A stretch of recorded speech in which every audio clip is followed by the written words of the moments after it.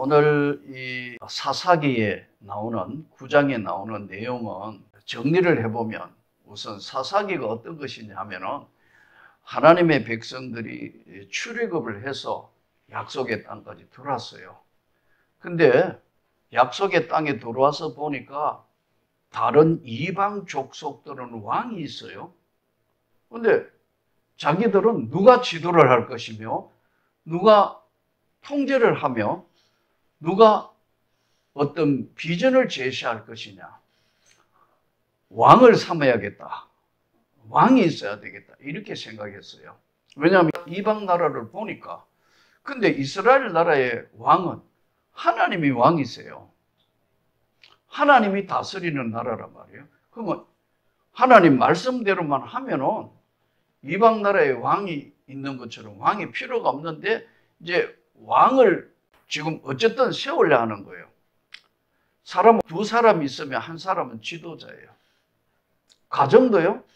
보면 어디나 누가 그 가정에 통제를 하고 누가 그 가정을 이끌어 가느냐. 우리가 이번에 몽골에 다녀왔는데 몽골은 모계 사회예요. 여자분이 가정을 다스리고 남자 보고 집 나가 하면 나가야 된대요. 그러니까 우리 같이 갔던 여자 일행들이 얼굴이 갑자기 환해지더라고. 나가 하면 나가야 된대요. 왜 그러냐 하니까 남자는 전쟁을 많이 해가 많이 죽거나 부상당해서 장애자가 많다는 거예요. 언제 끌려가고 난대요. 그럼 애들 다 키워야 되니까 여자가 억척이고 강하다는 거예요. 그 사회가 가지고 있는 여러 가지 문제와 여러 가지 사회적인 것으로 인해서 다릅니다. 이스라엘 나라는 이방 나라가 아니고 하나님이 왕이시다. 하나님 말씀대로만 살면 문제가 없는 거예요.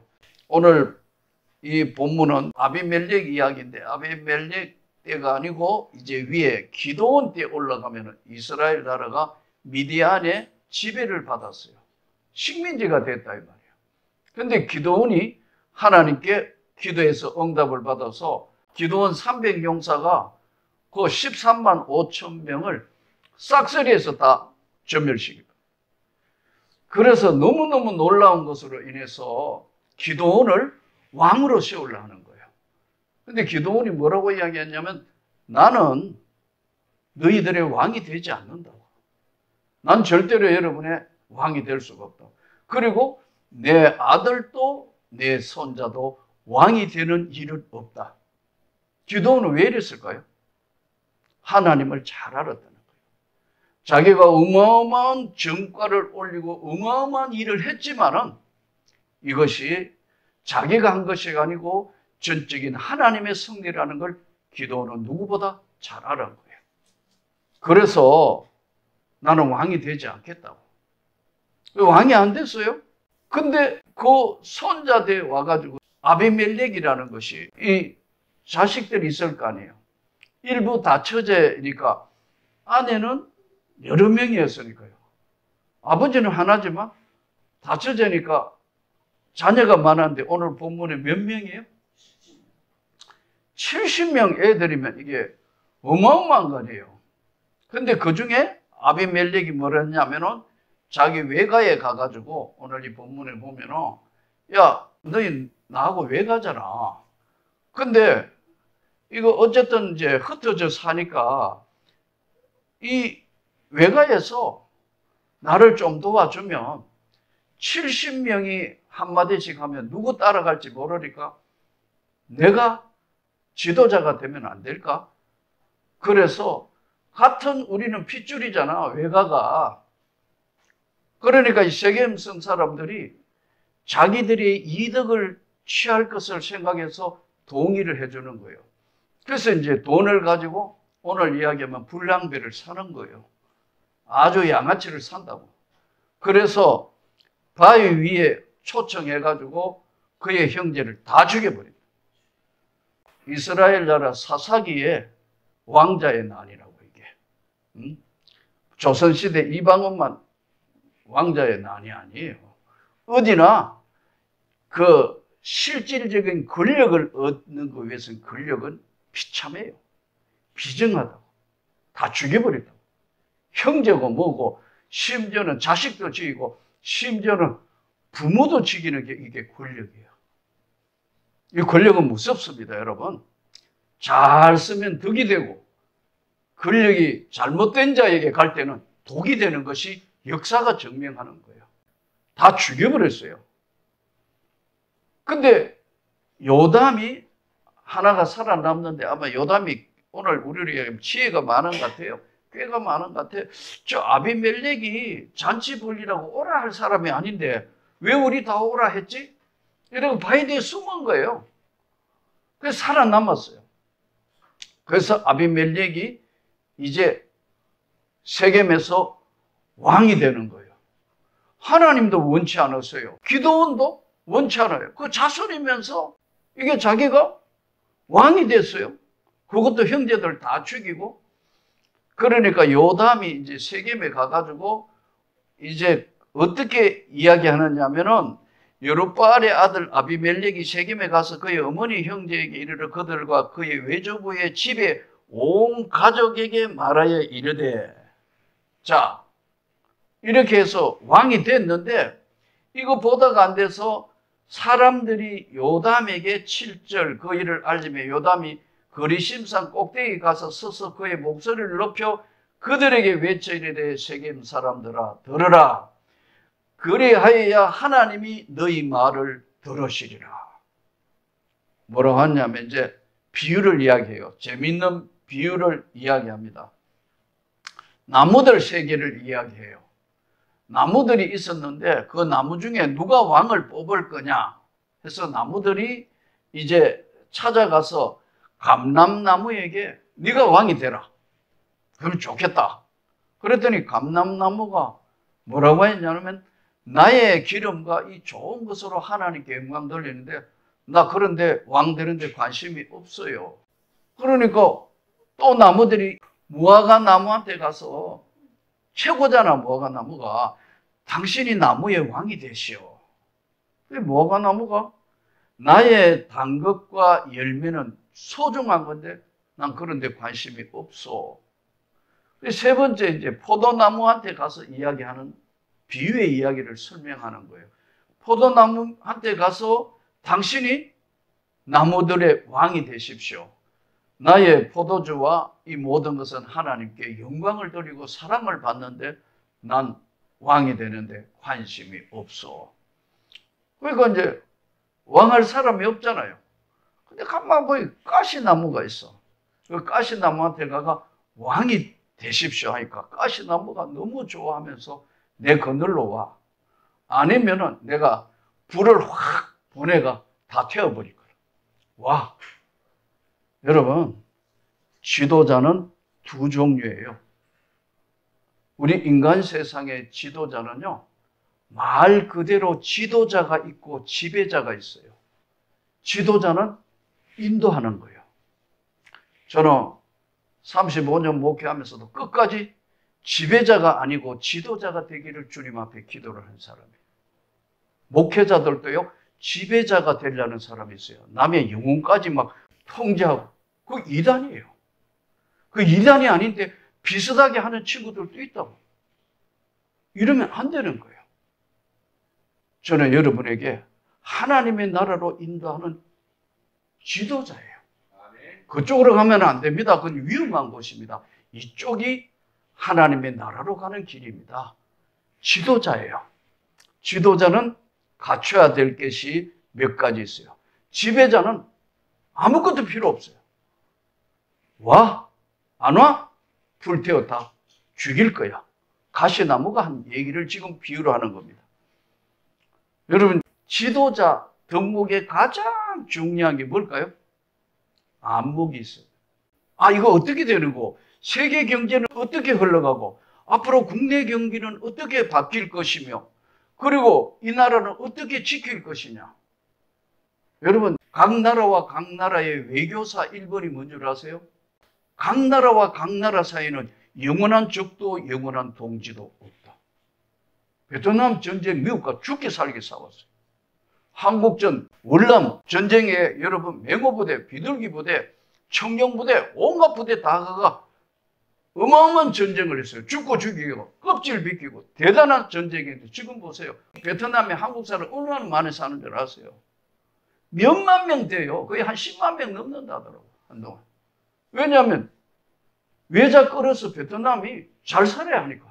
그렇게 미국과 죽고 살고 그렇게 치열하게 전쟁인데 미국 사람 베트남이 오케이 다 돌아라. 영원한 적도 영원한 동지도 없다는 거예요. 지금 일본도 마찬가지예요. 우리를 36년 지배했지만 여러분 오고 가고 다 하잖아요. 세계 어느 나라나 영원한 적도 영원한 동지도 없다. 이게 냉엄한 국제 정세예요. 힘없으니까 우크라이나가 러시아에게 일방적으로 당하잖아요. 우리나라도 저는 안보가 강해야 된다고 믿는 사람입니다. 확실하게 안 하면 언제 침범당할지도 모르고 임진왜란 때도 그랬고요. 언제나요. 주변국 특히 저 중국 대륙은 5,000년 역사에 강해졌을 때 남의 나라 침범 안 한 적이 한 번도 없어요. 이게 역사가 주는 중요한 거예요. 민족의 정체성과 이 모든 것들을 볼 수 있는 세계의 경제가 어떻게 흘러가며 세계 질서는 어떻게 바뀌어가고 있느냐. 국내는 어떻게 해야 가난하고 힘들고 어려운 사람이 덜 고통받고 정말 나라가 부강해서 경제가 다시 살아날 수 있는 것을 볼 수 있는 안목이 있어요. 그게 지도자 덕목이에요. 교회로 이야기하면 교회가 부흥하고 교회가 하나님의 나라를 이루며 세계 선교에 동참하고 하나님 기쁘시게 하며 성령의 역사로 살아있는 것이 그게 교회예요. 부흥과 성장을 거듭하며 살아있는 역사를 감당할 수 있는 게 이게 교회예요. 오늘 또 지도자의 덕목의 가장 중요한 게 안목인데 그 안목에 빼놓을 수 없는 게 뭔 줄 아세요? 겸손이에요. 지도자가 교만한 사람 나타나면요. 세상이 시끄러워요. 지금 미국은 대통령 바뀌고 트럼프 한 사람 바뀌니까 온 세상이 시끄러워요. 안 그래요? 온 세상이 시끄럽다고. 근데 미국 사람들은 반반 갈리고 좋아하는 사람 있고 반대. 지금 뭐 하버드 대학 막 공격하고 하버드 대학 절대 반대 선언하고 난리가 아니라고. 왜요? 제가 볼 때는 미국 우선주의가 자기 나라 볼 때는 맞기는 하지만은 덕목에 겸손이 없다. 지도자는 겸손해야 되고 영적인 안목이 있어야 돼요. 또 동시에 지도자에게 중요한 건 지혜가 있어야 돼요. 잠언서 3장 15절부터 18절에 보면 지혜는 진주보다 귀하니 너의 좌편에는 장수가 있고 오른편은 부귀가 있나니. 이 지혜가 뭐냐면 예수입니다. 이 지도력에 지혜가 있어야 된다. 지혜가 있어요. 가정에도 여러분 지혜가 있어야 된다. 여러분의 가정에 하나님의 지혜가 넘치기를 축복합니다. 지혜가 있어야 된다. 안목, 영적 세계와 전 세계의 모든 걸 볼 수 있는 안목, 여기는 겸손의 안목이 있어야 된다. 또 동시에 지혜가 있어야 된다. 세 번째 가장 중요한 것 중에 또 하나는 진실성이 있어야 된다. 청렴성. 왜 나라가 무너지는 거야? 어떤 사람이 물었어요. 왜 로마가 무너지는 거야? 왜 나라가 무너지는 거야? 지도자가 정직하지 못하면 나라는 무너지게 돼 있어요. 6월 3일 지금 21대 대통령 뽑는다고 난리도 아니에요.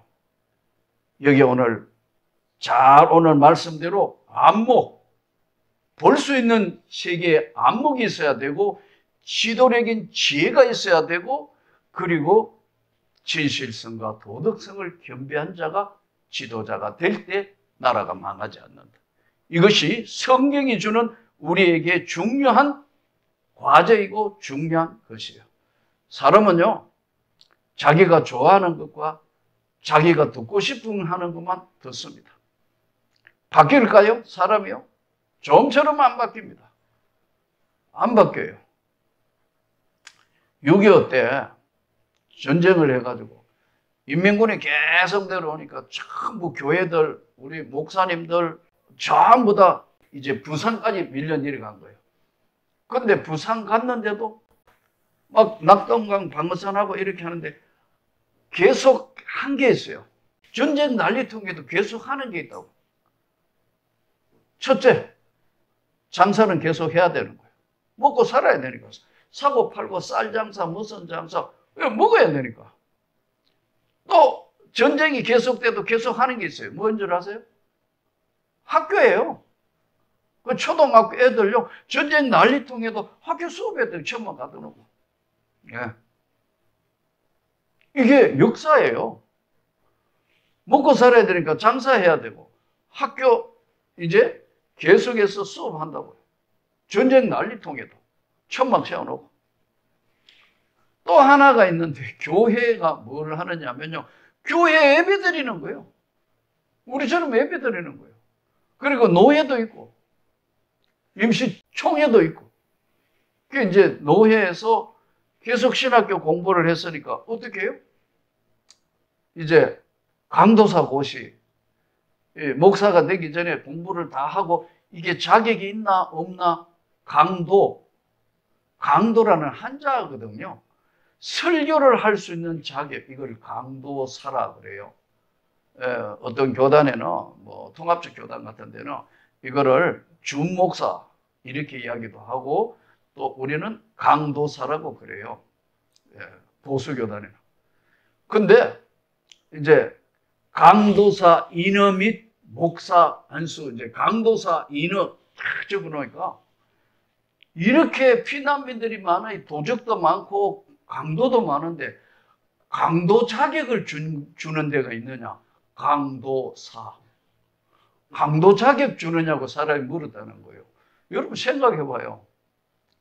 도적이 이렇게 횡행하는데 강도도 자격 받아가지고 강도짓 하느냐? 강도사 자격 그 이야기에 그게 나오는데 얼마나 우스운지 여러분 생각해봐요. 자기 보고 싶은 거, 듣고 싶은 거, 뭐 강도 자격증 주는 사람이 누구예요? 그리고 사람들이 와가 물어봤더니 여기 가면 강도 자격, 합법적으로 강도 자격 받아가 하느냐? 그래서 제가 그 얘기 듣고 얼마나 웃었는지. 강도사. 사람은 안 바뀌어요. 자기가 보고 싶은 것, 자기가 했던 것만 그래 주장해요. 진짜 성령 받아야 바뀌어요.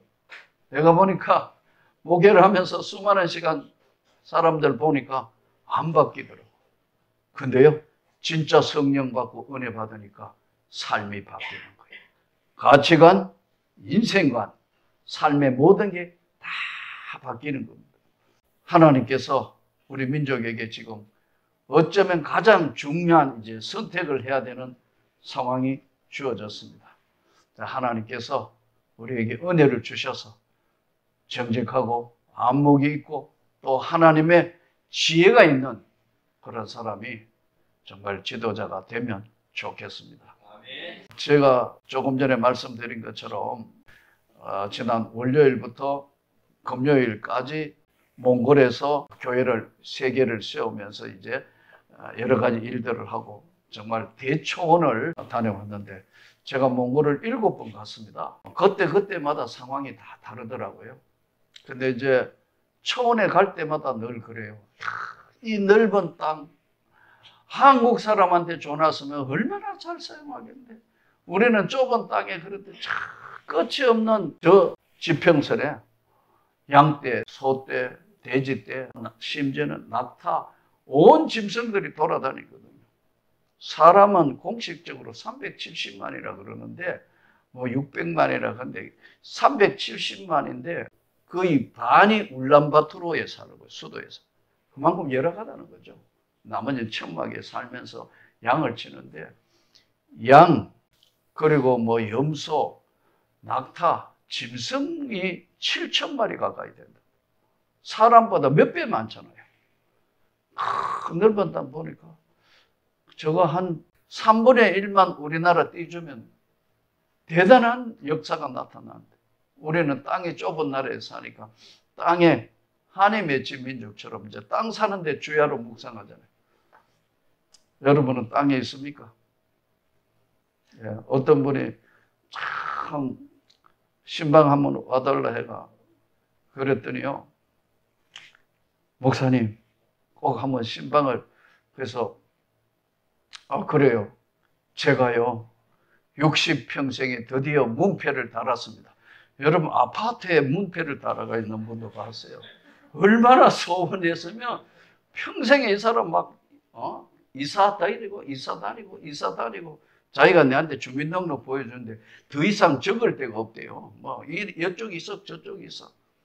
그래가지고 주민등록을 새로 해가 또 그것도 이사했는데 드디어 집을 장만했는데 아파트 저층이더라고 2층. 근데 너무너무 집을 구했는데 집도 좁아요. 15평. 근데 자기 집 됐다고 거기에 아파트에 여러분 문패를 달은 거예요. 내가 참 웃었는데 축복 기도해달라 해서 이번에 마음이 그러니까 내가 문패에 대고 안수 기도를 했어요. 이 집이 복이 있게 하시고 이 복보다 더 큰 주님의 축복이 임하게 하시라고 기도한 적이 있어요. 얼마나 소원했으면 그럴까요? 이런 분이 여러분 몽골에 가가 그 넓은 땅 갔으면 어떻겠나 그런 생각이 그분 생각하면 가끔 그런 생각이 나요. 너무너무 넓은 땅. 근데 날씨는 조석지변으로 변해요. 조금 전에 말씀드린 것처럼 하루에 봄, 여름, 가을, 겨울 다 있다. 어마어마하게 갑자기 2도, 0도 가까이 내려가고 또 어떤 날은 막 30도 가까이 더위도 있고 봄, 여름, 가을, 겨울이 하루에도 지나가는 거예요. 이제 저희를 인도하신 그 선교사가 그런 이야기를 하더라고요. 몽골에 와서 울란바토르에서 좀 벗어난 1시간 정도 좀 더 벗어난 지역에 이제 교회를 하나 더 세웠대요. 신방을 가야 되니까 꼴짝꼴짝 올라가 자동차 못 가니까 말을 샀대요. 신방용 말. 그래 신방용 말을 좀 비싸게 주고 샀대요. 보통 말 한 마리가 한 30만 원 할 때에 70만 원 주고 샀대요. 좋은 말이겠죠. 그래서 이제 말을 타고 2년간 거기에 목회를 했는데 거기에 현지인들이 이제 많이 나왔대요. 왜냐하면 이제 장사하고 또 말 타러 오면 거기 가니까 한국 사람들이 말 타러 오면 소개해주고 장사하고 관계니까요. 근데 그쪽에 있는 사람들이 거의 다 자기 교회 나왔대요. 개척한 교회. 근데 어느 날 몽골에 진짜 몽골 사람이 목회자가 거기 개척을 했대요. 그래서 자기가 몽골 사람 개척했는데 여기 한국 사람이 있을 필요가 있느냐 해서 다 그쪽 교회로 가라고 그랬대요. 그쪽 교회로 가니까 다음에 가보니까 한 명도 교회 안 나가더라고요. 한 명도 교회 안 나가더라고요. 이 충격을 받았는데 말 처리를 어떻게 해야 되느냐. 말을 처리할 수가 없다. 그래서 이제 할 수 없이 고민을 하니까 그 교인으로 나오던 분이 한 분이 이래 이야기하더래요. 목사님, 제가 울란바토르 가서 말 관리 안 되니까 제가 관리해 드릴게요. 한 달에 관리비로 5만 원씩 달라고 그러더래요. 그래가지고 5만 원씩 주고 1년쯤 지내가 말이 잘 있느냐, 내 말 그 바다가 팔려고 내 말 어딨냐 하니까 늑대한테 잡아먹겠다고 그래요. 그 진짜 늑대한테 잡아먹힌 줄 알았는데 이장에 오더니요. 저놈 거짓말 했다고. 5만 원씩 받고 관리해주고 돈도 받아먹고 말 2마리가 다 살아있는데 늑대한테 죽었다고 거짓말을 했다고. 그래서 내가 찾아주겠다고 그래요. 그래서 이장한테 자기가 찾아주겠다 하니까 이장 뭐 그래 하라 하니까 이장이 말을 찾아왔대요. 그리고 이장은 5만 원씩 관리비는 안 내도 되는데 1년 뒤에 가가지고 말 어떻게 됐냐. 똑같이 늑대한테 잡아먹겠다. 근데 나중에 가보니 자기 말이 돌아다니고 있더라고. 똑같다 이야기입니다. 제 이야기는. 그 사람이나 거의 비슷한데요. 하나님 앞에 우리가 그리스도인으로서 가장 중요한 덕목이 뭘까요? 예수를 믿는 우리에게 오늘 이 아비멜렉의 사건, 나중에 아비멜렉이요 다 죽였기 때문에 성 가까이 왔는데 여자가 맷돌을 위해서 머리 보고 던지니까 두개골이 박살나서 아비멜렉이 죽습니다. 저는 살아계신 하나님이 이 나라를 인도한다는 걸 믿습니다. 여기 우리 민족은 누가 대통령이 되든 누가 뭘 하든 하나님이 지켜주신다. 사사기의 결론이 뭐냐면 인간 왕을 하나님이 별로 기뻐하시지 않는다. 하나님이 알아서 진행하실 걸 우리는 믿고 기도하고 그 하나님 앞에 나가야 하는 겁니다. 오늘도 우리가 이제 지도자가 세워져서 새로운 대통령이 뽑히면 이 민족의 가장 큰 문제가 뭐냐면요, 통합의 문제예요. 지금 딱 갈라져 가지고 너무너무 살벌스럽다. 이거 통합되지 않고 분열된 나라와 분열된 교회와 분열된 가정이 잘 된 적이 하나도 없어요. 다 멸망했어요. 하나가 되고 모두가 단결해서 일치 한 마음이 됐을 때는요, 수나라, 당나라 100만 대군을 물리친 것이요, 역사에 나오는 놀라운 은혜예요. 교회나 가정이나 국가가, 이제 국가가 새로운 지도자가 나오면 통합을 해야 되는데 이게 가장 큰 문제로 하나로 등장했어요. 그러나 누가 되더라도 실망하지 마시고 하나님이 지켜주시는데, 아니, 하나님이 선택해서 분명하게 뽑아줄 것을 믿습니다.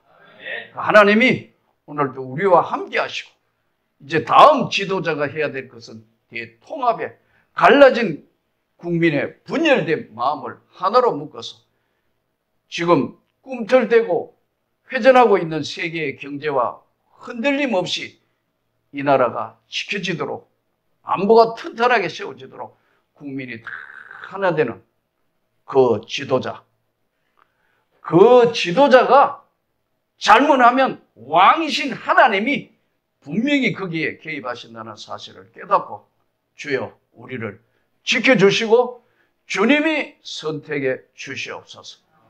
그렇게 기도하며 여러분들도 선거에 임하시기를 주 예수 이름으로 축복합니다.